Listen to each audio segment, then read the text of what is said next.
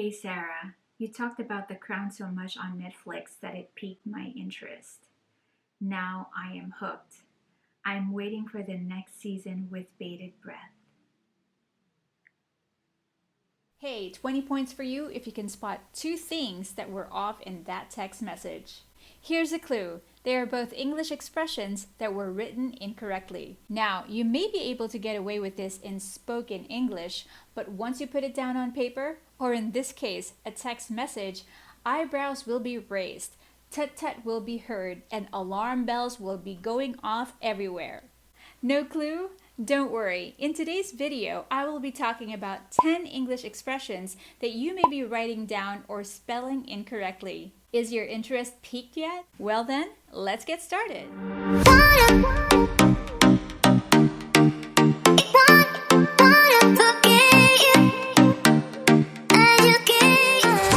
Let's do this. Hey, what's happening? I'm always glad to see you here. And if this is the first time we're meeting, my name is Anna. Welcome to the channel, where my goal is to help fellow non-native English speakers to improve their interaction skill, to foster interesting conversations and better communication through practical and simple English. So for more videos like this one, please do subscribe to the channel and also hit the notification bell just so you know if I have anything new out. The last time we saw each other, we talked about 10 English expressions that you may have been saying incorrectly all this time. If you haven't seen that yet, you can always click the link up here.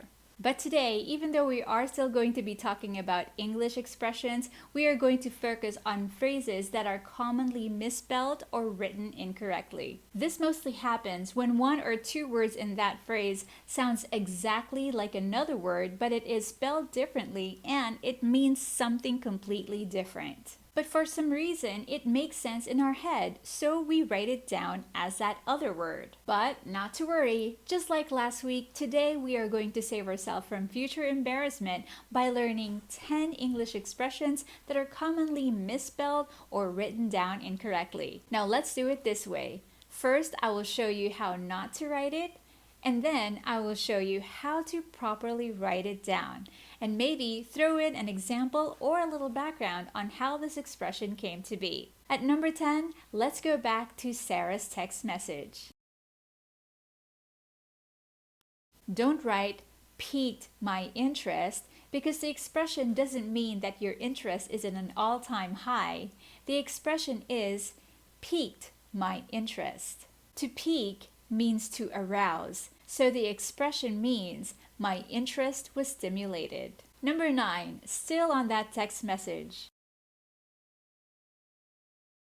Don't write bated breath, write bated breath. The word bait in this expression comes from the word abate, which means to stop or to lessen. And so, to wait with bated breath means to restrain breathing in eager anticipation. Number 8, don't write chalk it up, write chalk it up. This expression comes from keeping score on a chalkboard. So when you hear someone say chalk it up to experience, it means to just turn a bad situation to a learning experience. So it's still a score for you. Number 7, don't write shoe in, write shoe in.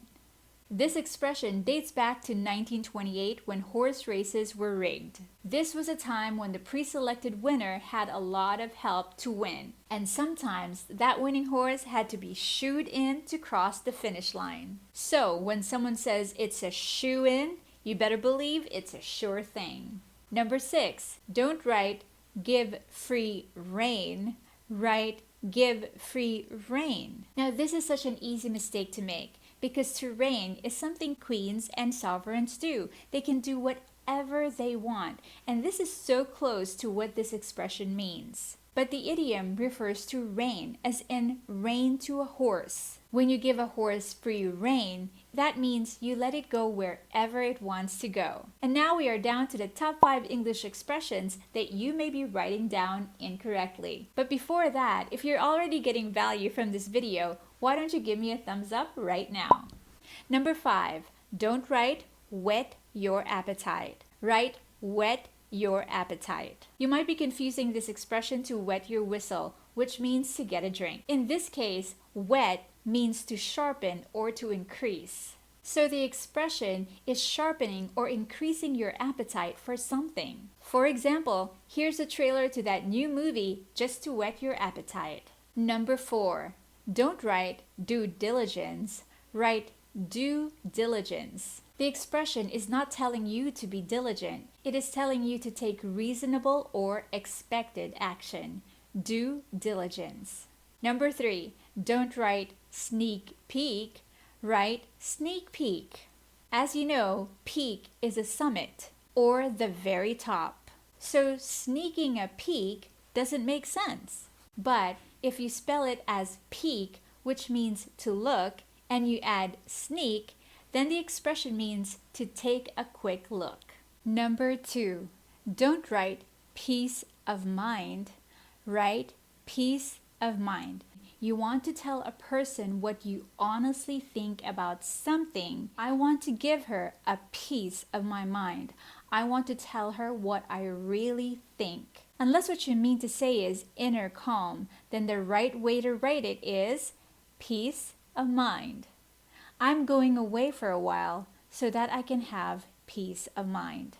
And the number 1 English expression that is written down incorrectly most of the time is first come, first serve. So don't write first come, first serve. Write first come, first served. Don't forget the D. Because when you say first come, first serve, it means the first individual to arrive will serve everyone else. That person will serve. So the right way to write that is first come, first served. The first person to arrive will be attended to first, will be served first. And there you have it, the 10 English expressions that you may have been writing incorrectly all this time. Hey, if you think of another English expression that is usually written down incorrectly, please write it down at the comment section down below and let us know how to properly say it. We can all learn together in this community. And also, before I let you go, please don't forget to hit the like button down below if you found value in this video or if it helped you in any way at all. Please do subscribe to the channel and also tap that notification bell just so you know if I have anything new out. And again, if you have the time, please do share it with your family and your friends, especially those you know who will benefit from this video. And hey, don't forget to connect with me on Facebook, Instagram, and Twitter. And with that, I'll wish you all a fantastic day and I'll see you in my next video. Cheers! What happened? Please don't do this to me. No. That's it. I guess that's it.